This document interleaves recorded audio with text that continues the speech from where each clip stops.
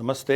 మన సమాజంలో స్త్రీలకు, ఆడపిల్లలకు మనకు రక్షణ లేకుండా ఉన్నటువంటి పరిస్థితి మనం చూస్తున్నాము. స్త్రీలను, అమ్మాయిలను ఆడపిల్లలు అంటున్నారు, ఈడపిల్లలు కాదు అంటున్నారు. వాళ్ళ పట్ల జరుగుతున్నటువంటి వివక్షత ఇంత అంతా కాదు. చదువుల విషయంలో కానీ, వాళ్ళకి ఇవ్వవలసినటువంటి పోషక ఆహార పదార్థాల విషయాల్లో కానీ, ఏ విషయాల్లో అయినా కానీ పురుషులను స్త్రీలను పోల్చి చూస్తే కనుక స్త్రీలకు అన్యాయం జరుగుతుందని చెప్పాలి మనం. ఇంకా చూస్తే కనుక ఇప్పుడున్నటువంటి సమాజంలో చిన్న చిన్న పిల్లల్ని కూడా వదలకుండా ఎంతో ఇబ్బందులకు గురి చేస్తున్నటువంటి విషయాలు చూస్తున్నాం.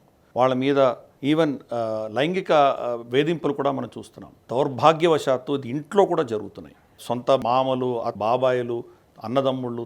ఇంకా దౌర్భాగ్యమైన విషయం ఏంటంటే కొన్ని విషయాల్లో తండ్రి కూడా చేసినటువంటి ఉదంతాలు మనం చూస్తున్నాం. అలా పీడించబడ్డటువంటి అమ్మాయిలు, అనాథులు, రక్షణ లేకుండా ఉండి చాలా కష్టంలో ఉన్నటువంటి వాళ్ళని ఆదుకొని హక్కును చేర్చుకొని ఉచితంగా వాళ్లకు వైద్య సదుపాయము, అలాగే మానసికమైనటువంటి కౌన్సిలింగు ఇవన్నీ ఇచ్చి తర్వాత వాళ్ళకి చేతనైతే కానీ వాళ్ళ చదువుల్లో పెట్టి వాళ్ళకు క్రమశిక్షణ నేర్పించి ఉత్తమ పౌరులుగా, ఉత్తమమైనటువంటి తల్లులుగా తీర్చిదిద్ది మళ్ళీ సమాజంలోకి పంపిస్తున్నటువంటి ఒక సంస్థ, అద్భుతమైనటువంటి సాయి సేవా సంఘ్ సంస్థ ఏదైతే ఉన్నదో గత 35 ఏళ్లుగా ఇటువంటి ఎనలేని ఎన్నో వేల మందిని వాళ్ళు సమాజంలో ఇలా కాపాడి చేయగలిగారు.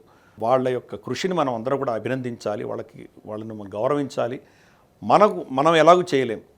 అలా చేస్తున్నటువంటి సంఘాలకు, అటువంటి చేస్తున్నటువంటి సంస్థలకు కనీసం మనం సహాయపడి చేయూతనివ్వడమే మనం చేయగలిగిన చిన్నటువంటి విషయం.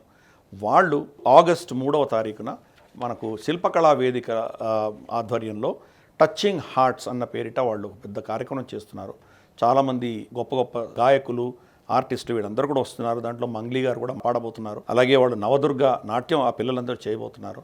కాబట్టి మనం చేయగలిగిన చిన్నటి సహాయం అక్కడికి వెళ్ళడము, అక్కడ టికెట్లు బుక్ చేసుకొని వెళ్ళి వాళ్ళకు మనం మద్దతు పలికి వాళ్ళకి ఏదో మన తోచినటువంటి సహాయం చేయగలిగితే మనకు సమాజం పట్ల ఉన్నటువంటి రుణంలో తీర్చుకున్న వాళ్ళం అవుతాము.